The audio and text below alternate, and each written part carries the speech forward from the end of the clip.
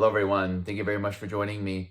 My name is Todd Bryson. I'm an Akashic Records practitioner. I have information today that I feel will help you understand the experience that you're having here on the earth. And I feel like it will help you understand what you're observing around you during these times. If you are interested in opening the Akashic Records, I do that for a living. We can explore that part of the soul journey. I do have promos that are active on my site right now. Information in the description if you're interested. So I have been having some experiences that have been interesting and different in both the Akashic Records, in my physical reality, and in my dream time. So I want to talk about some of that stuff with you guys today and what it means for you and I as old souls and light workers working this ascension puzzle, and for humanity collectively as it kind of looks to integrate that higher vibrational version of itself.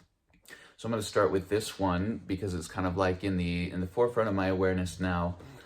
I have, in session and in opening my Akashic Records personally, been encountering a lot of kind of cross-cultural figures, people from different cultures, different places in time, people who represent different ideals and institutions and constructs and even concepts.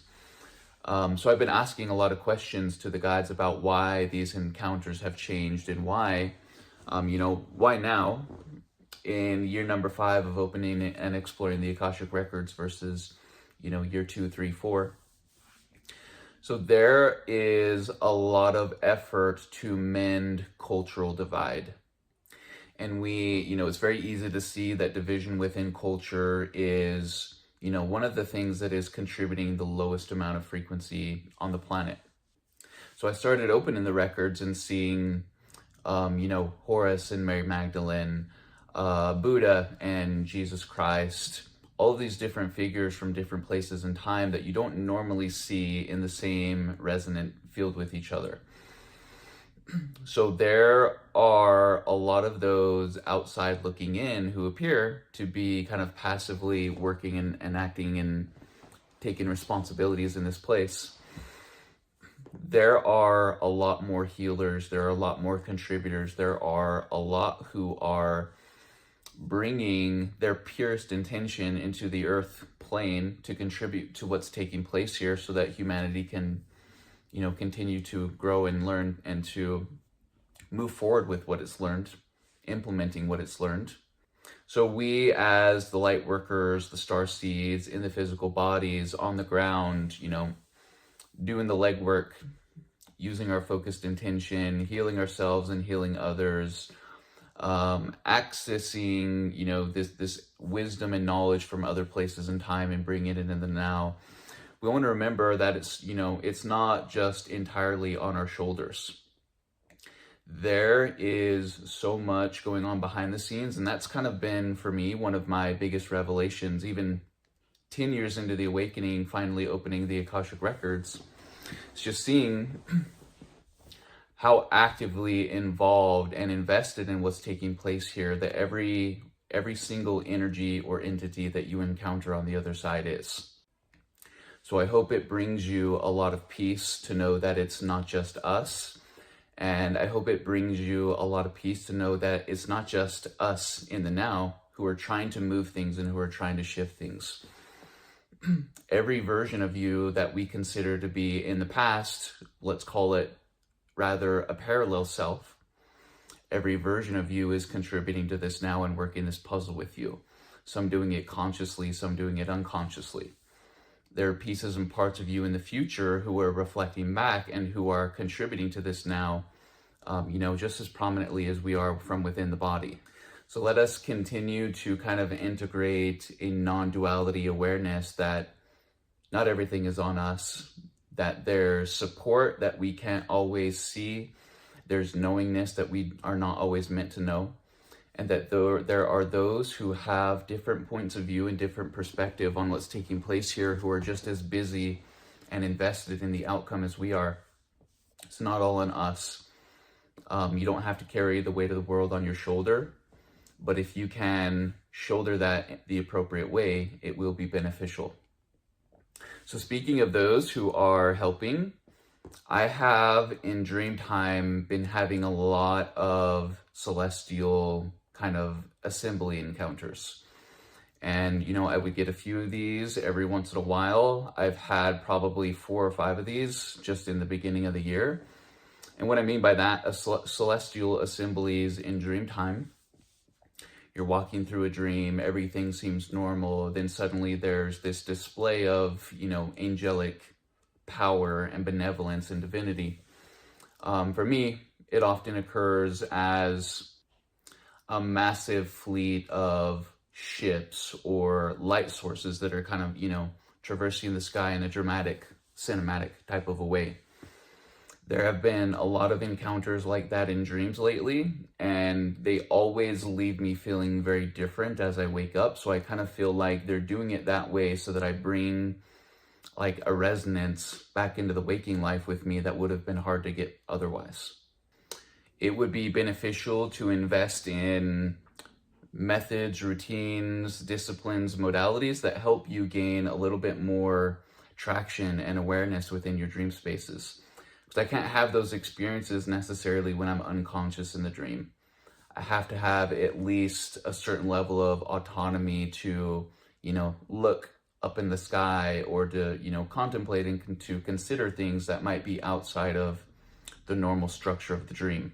So we have friends and family who are orchestrating visitations, and they're doing so from a variety of different dimensional planes, not just in the physical space.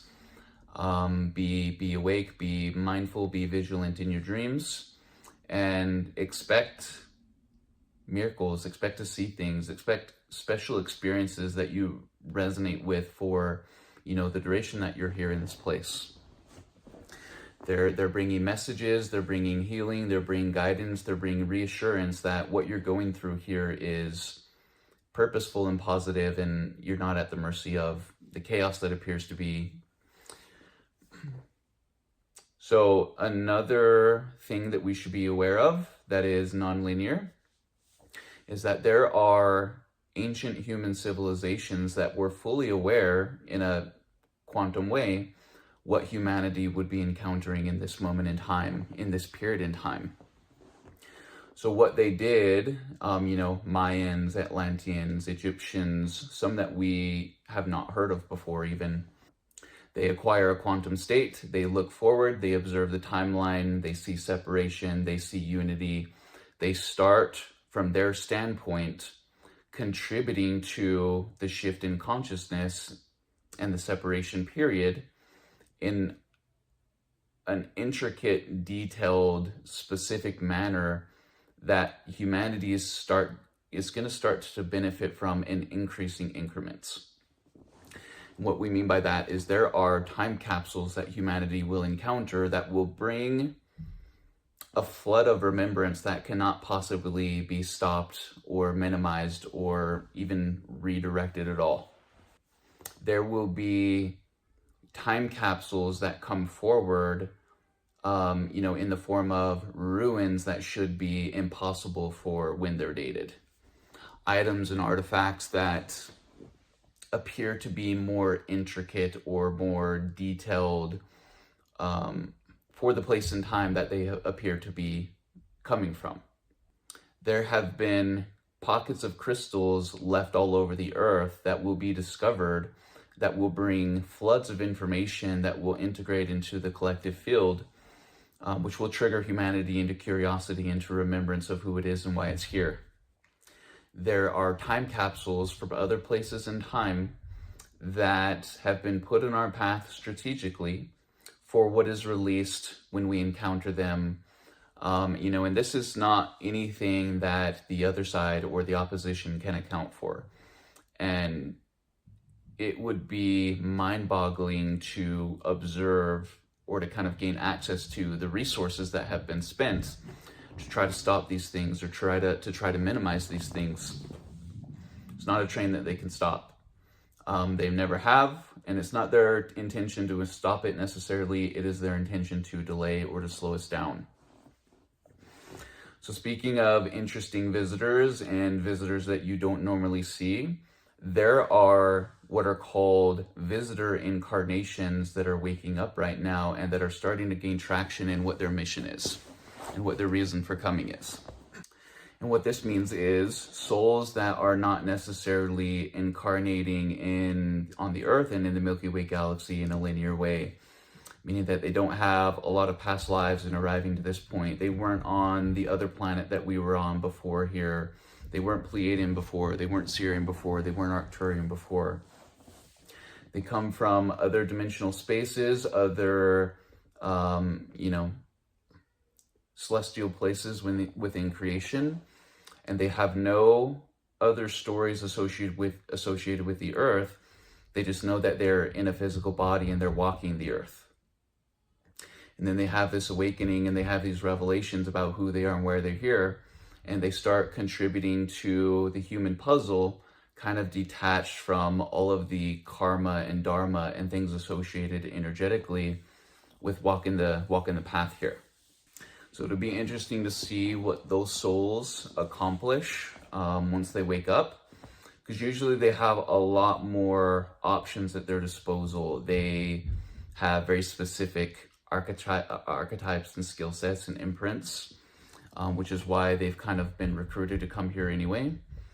So they have a lot of options, and they usually gravitate toward things that are in their wheelhouse, and then they excel very thoroughly at those things.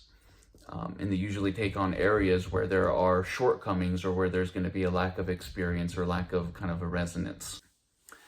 There are also a lot of souls right now that are waking up and understanding that their incarnation has been a blind one, a purposefully blind one, meaning that they did not do a lot of planning. They did not go through a lot of processes and procedures that happen in the pre-life stages of this experience, because they wanted more spontaneity. They wanted kind of a natural unfolding of what would, take place in creation. So they don't have a lot of plan. They don't have a lot of structure. They could end up in a very bad situation. They could end up in a very amazing situation. And they have kind of done their homework and passed the tests and don't necessarily adhere to the same karmic and dharmic cycles. But, they are now coming to this realization and remembering how to equip themselves for the job, which is what happens with remembrance. You remember universal law, you remember the nature of things, you remember how things work. Then you remember your purpose for coming, and you start integrating all of that knowledge and awareness into focused intention to something that you're passionately pursuing. Your creator is counting on you to react and respond this way. Your creator is counting on you to come here and to not have to have everything laid out in front of you, but to take the initiative and to work where it's called for anyway. There are a lot of souls who, during this awakening, have been trying to find traction with some kind of purpose, and they see others finding it. They see others finding it fast. They see others taking a long time to find it, but they're finding it and they feel left out because they haven't necessarily found it themselves. In 2025, due to a lot of different factors and due to just a vibrational efficiency increasing for the old souls and light workers, there are going to be more who will be finding their pathwork activation, or who will be experiencing their pathwork activation. Meaning that something comes into their awareness that they resonate with, and they say, oh, this is my thing. Oh, this is what I go for. This is what I pursue. This is a perfect fit for this abundance of ambition that I have at my disposal. We also have souls right now that have too much purpose, that they have too many options at their disposal, and their guides are always pitching them ideas to see kind of what will captivate them or not. This may be a period in time where we solidify our direction, and we finally start to gain traction with the manifestations that we've been working toward, and we've been placing orders for the universe to accommodate. Let us move forward benefiting from the fruits of our labor, and let those who observe us picking those fruits take interest in the processes that helped us formulate them to begin with. Anyway, thank you very much, you guys. I will see you very soon. If you have questions about readings and services and that kind of stuff, let me know, and I will see you soon. Goodbye.